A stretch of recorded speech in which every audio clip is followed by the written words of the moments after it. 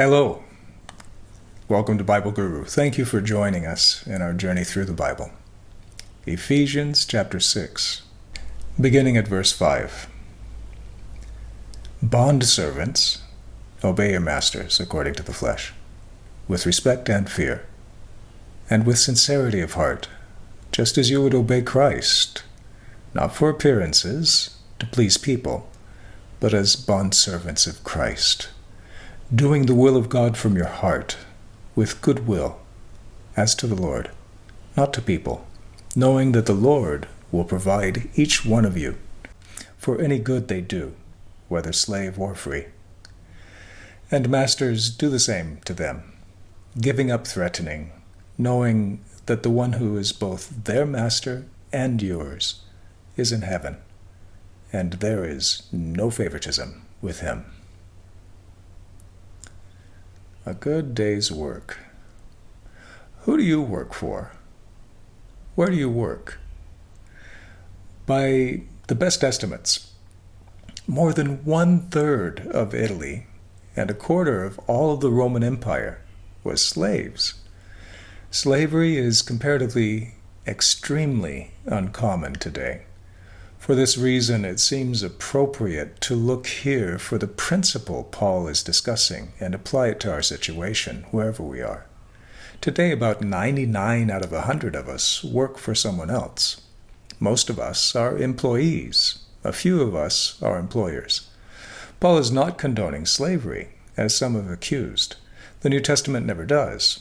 In fact, many people credit the principles of the New Testament as the reason the practice of slavery eventually died out in most of the world. We are all servants of God, which makes us more like fellow slaves than masters and servants. Our fundamental sameness and equality as humans is part of what defines us as a species. According to the Human Genome Project, we are 99.9% the same genetically, no matter where in the world, what color skin, how tall or short, what language we speak. The founders of the U.S. wrote, "We hold these truths to be self-evident, that all people are created equal." This was a proposal based on biblical teaching, not science or any other philosophical system. Human equality means we simply can't justify some people owning others. I wouldn't want to be owned. That implies no one else would want to be owned. So who do you work for?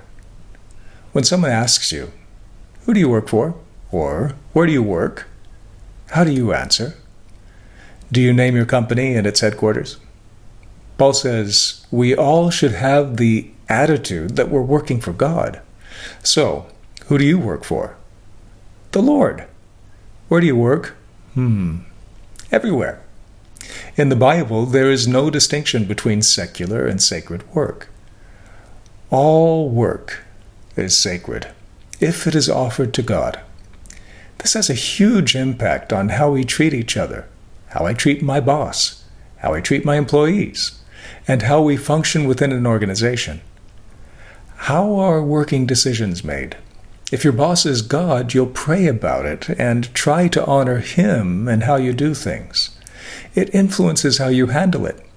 If you run an organization and an employee is unable to work because of illness or serious tragedy in the family, it affects whether or not you're willing to pay a bribe, when everyone around you says it's part of the culture and is required. It changes the way people work together. Jesus said, "He who would be great among you must learn to be the servant of all." How might an organizational structure function if the boss's goal is to work as a servant of all? Who's your boss? A prayer for today. Father, this week, teach me to honor you in my workplace, to be faithful in all things, to be honest, to be loving, to serve. Shine your glory through my company. Show everyone through my behavior what a community of grace can look like when it is formed in the workplace In the name of Jesus, who formed an organization out of loving, mentoring relationships. Amen.